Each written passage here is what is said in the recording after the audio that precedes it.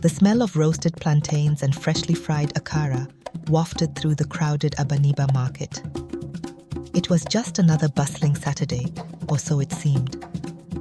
But deep within the chaos, amidst the shouts of traders and the clinking of coins, something extraordinary was about to happen.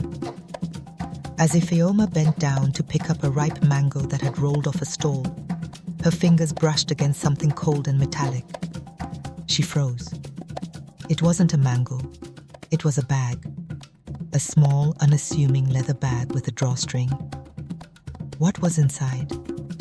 Her heart raced as she loosened the strings and peeked in. Her hands trembled as she caught a glimpse of gold.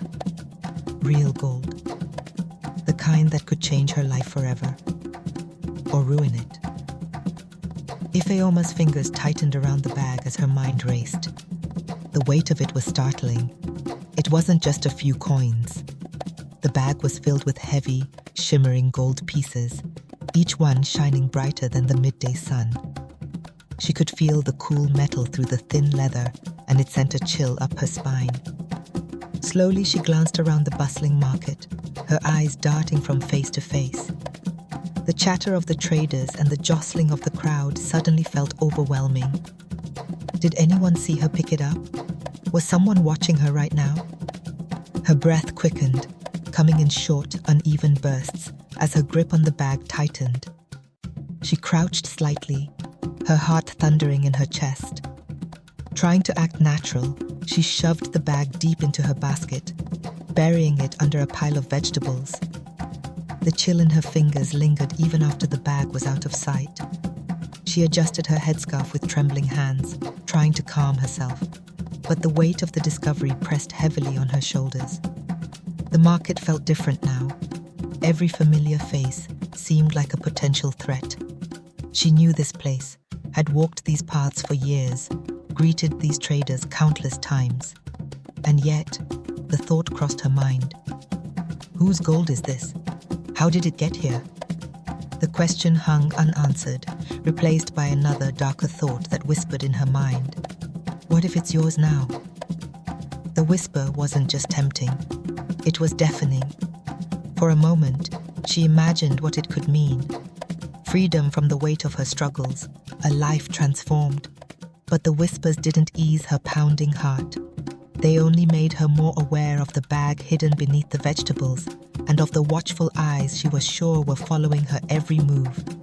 As Ifeoma walked home, the bag of gold seemed to grow heavier with each step. The leather straps dug into her palm, a sharp reminder of the burden she carried. Not just the weight of the gold, but the weight of her conscience. Her surroundings blurred as her thoughts spiraled.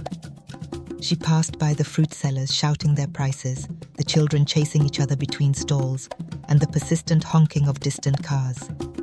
It all felt distant, like she was walking through a dream she couldn't wake up from. Her one-room apartment loomed ahead, a humble space she shared with her 8-year-old daughter, Chiamaka. The peeling paint on the walls and the patched-up roof told a story of struggle. Life had never been easy for them.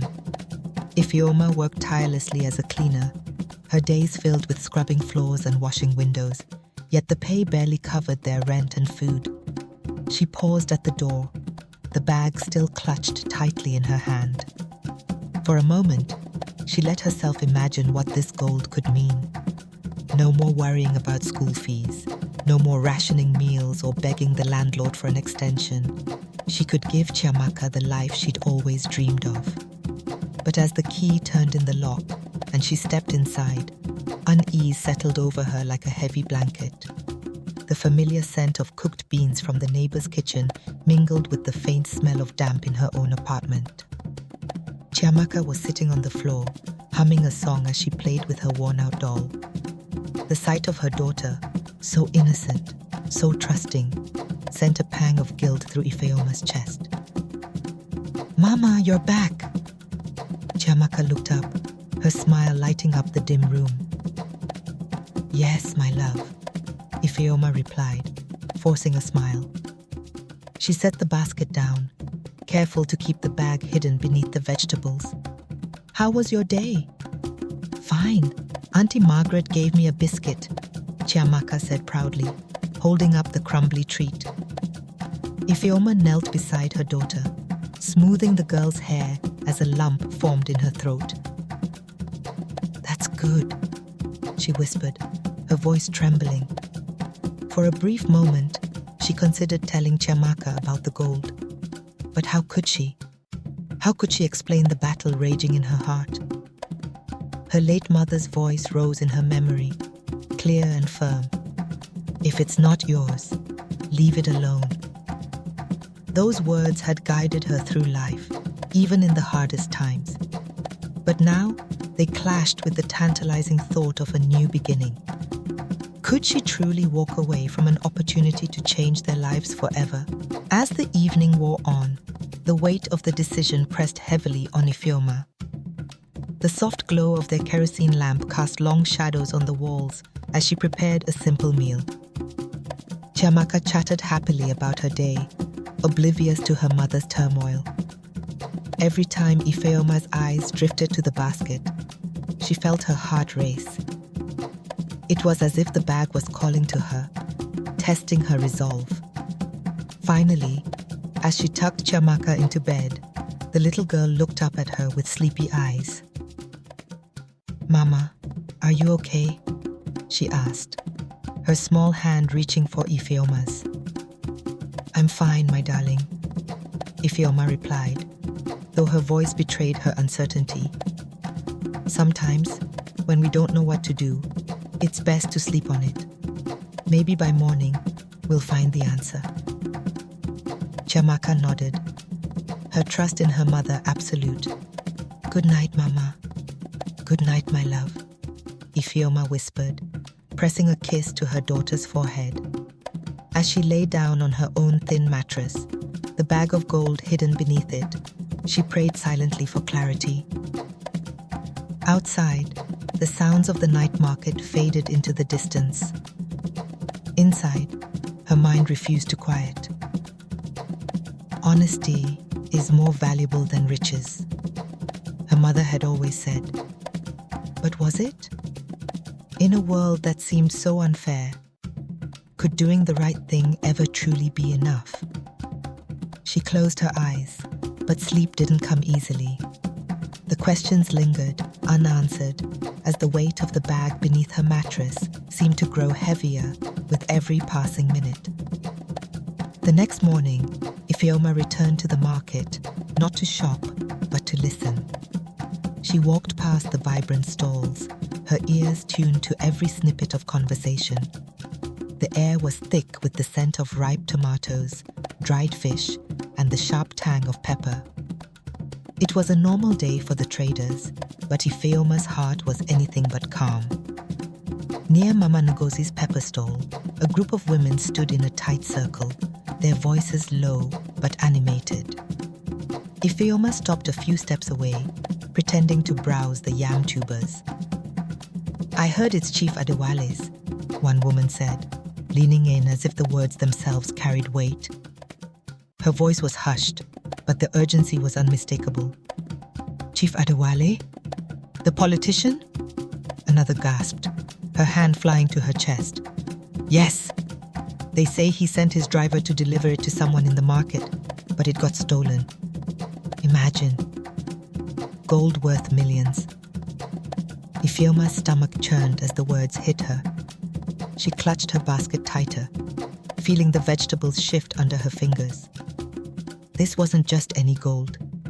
It belonged to a man with power and connections, the kind of man who could make trouble for anyone who crossed him.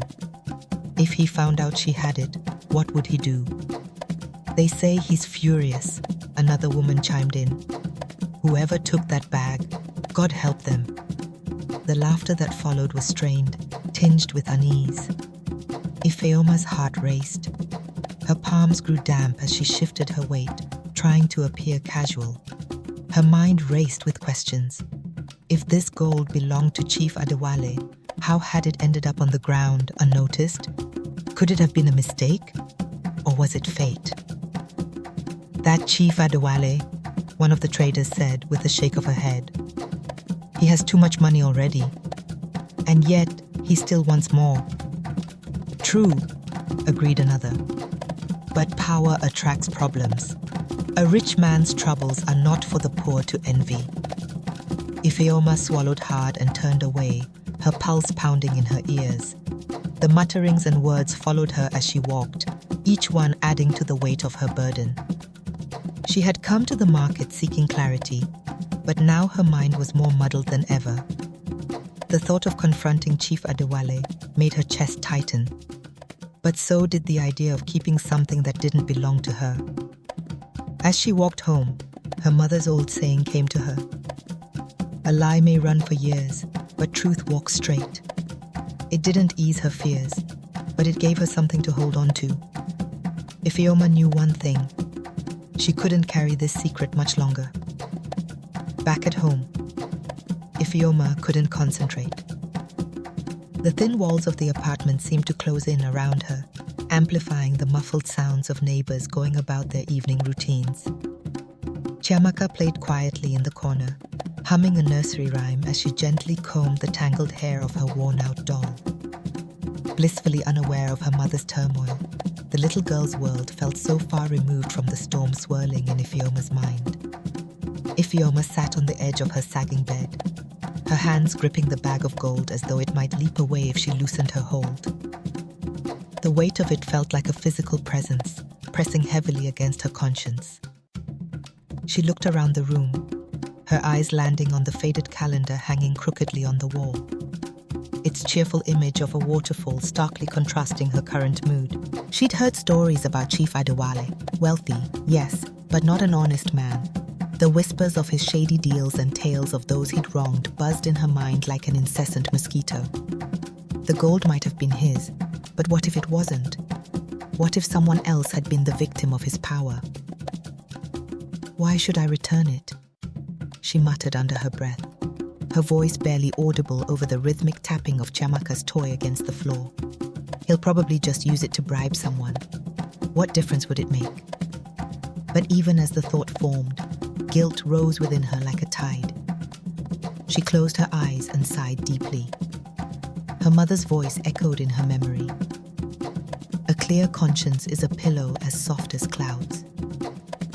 Those words, spoken in her childhood, had always guided her through life's toughest moments. But now, they felt like a weight tethering her to the ground. What if keeping the gold brought bad luck?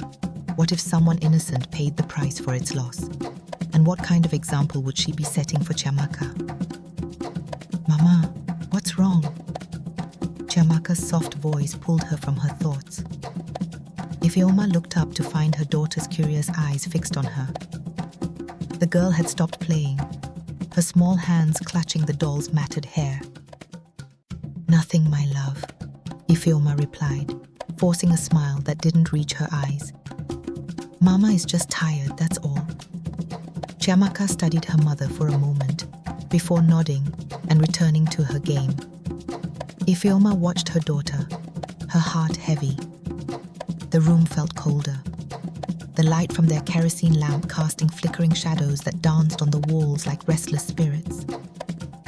The bag of gold sat beside her, an unspoken question she couldn't yet answer. The weight of the decision ahead loomed larger with every passing moment. That evening, as Ifeoma prepared dinner, there was a knock at the door. Her heart leaped into her throat, the sound reverberating through the small apartment like a warning. Quickly, she tucked the bag under the mattress, her hands trembling as she straightened up. She glanced at Chiamaka, who was engrossed in drawing on an old newspaper. Forcing a calm expression, she went to the door. "Who is it?" she called, her voice slightly unsteady. "It's me, Auntie Margaret," came the familiar voice from the other side. Ifeoma opened the door to find her neighbor standing there, her face alight with curiosity. Auntie Margaret was holding a basket of yams, but it was clear she wasn't there to share food. "Ifeoma, have you heard?" Auntie Margaret leaned in, her tone conspiratorial. "They're offering a reward for that lost gold." "A reward?" Ifeoma's voice cracked slightly as she tried to keep her surprise in check. "Yes!" Auntie Margaret nodded eagerly, her earrings swaying with the motion. 500,000 naira. Can you imagine? She shook her head in wonder, her voice lowering as if to emphasize the enormity of the amount. Whoever finds it is a lucky person. Ifeoma's mind raced.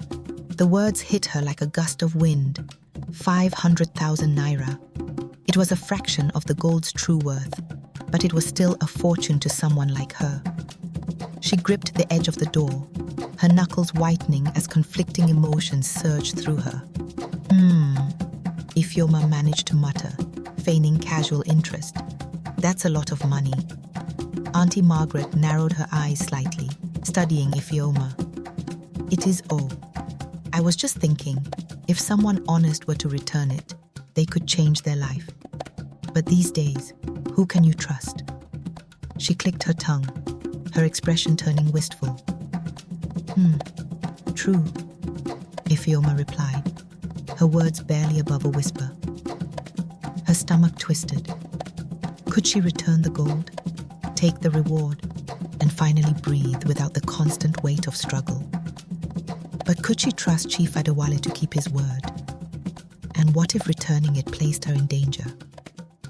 Anyway, Auntie Margaret said, adjusting the basket on her hip, I just came to share the news. These are interesting times, Ifeoma. Let me go before my yams get cold. She chuckled and waved as she turned to leave. Thank you, Auntie Margaret, Ifeoma said faintly, closing the door behind her. She leaned against it, her heart pounding. The bag of gold seemed heavier than ever, its presence in the room almost tangible. She pressed her hands to her face, breathing deeply as the thought echoed in her mind. Could she truly trust herself to make the right choice? Late that night, after Chiamaka had fallen asleep, Ifeoma sat at the rickety table, the bag of gold resting in front of her like an uninvited guest. The dim light from the kerosene lamp flickered, casting dancing shadows across the walls.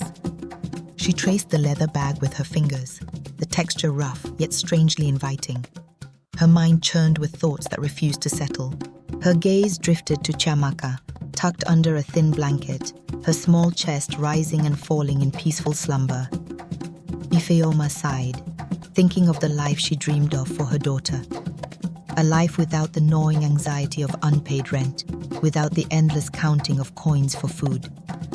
She wanted Chiamaka to grow up free of these burdens. Yet, another image rose unbidden in her mind. Her mother's stern face, her voice clear and steady. Money cannot buy back a broken conscience. Ifeoma exhaled deeply, her shoulders sagging under the weight of the decision. Chiamaka deserves better, she whispered, her voice trembling. But not like this. She closed her eyes, her mother's wisdom grounding her thoughts. Mama, Ifeoma said softly to the air, I wish you were here to tell me what to do. Her voice cracked, and a tear slipped down her cheek. She wiped it away quickly, steeling herself. Taking a deep breath, she pushed the bag away from her, its glimmer no longer tempting, but foreboding. It's not mine, she said aloud, her voice firm. She looked at Chiamaka again, her innocent face a reminder of the values she needed to uphold. Ifeoma made her decision. She would return the gold. Not for the reward, not for fear of consequences, but because it was the right thing to do. The next morning, Ifeoma stood outside Chief Adewale's grand house, its towering gates a stark reminder of the gulf between their worlds. Her hands trembled as she held the bag of gold tightly, her pulse quickening with every step she took towards the imposing entrance. The sun cast long shadows across the driveway, and the faint sound of chirping birds seemed out of place against the weight of the moment. A guard ushered her in after a brief exchange, his skeptical gaze lingering on her tattered sandals and worn headscarf.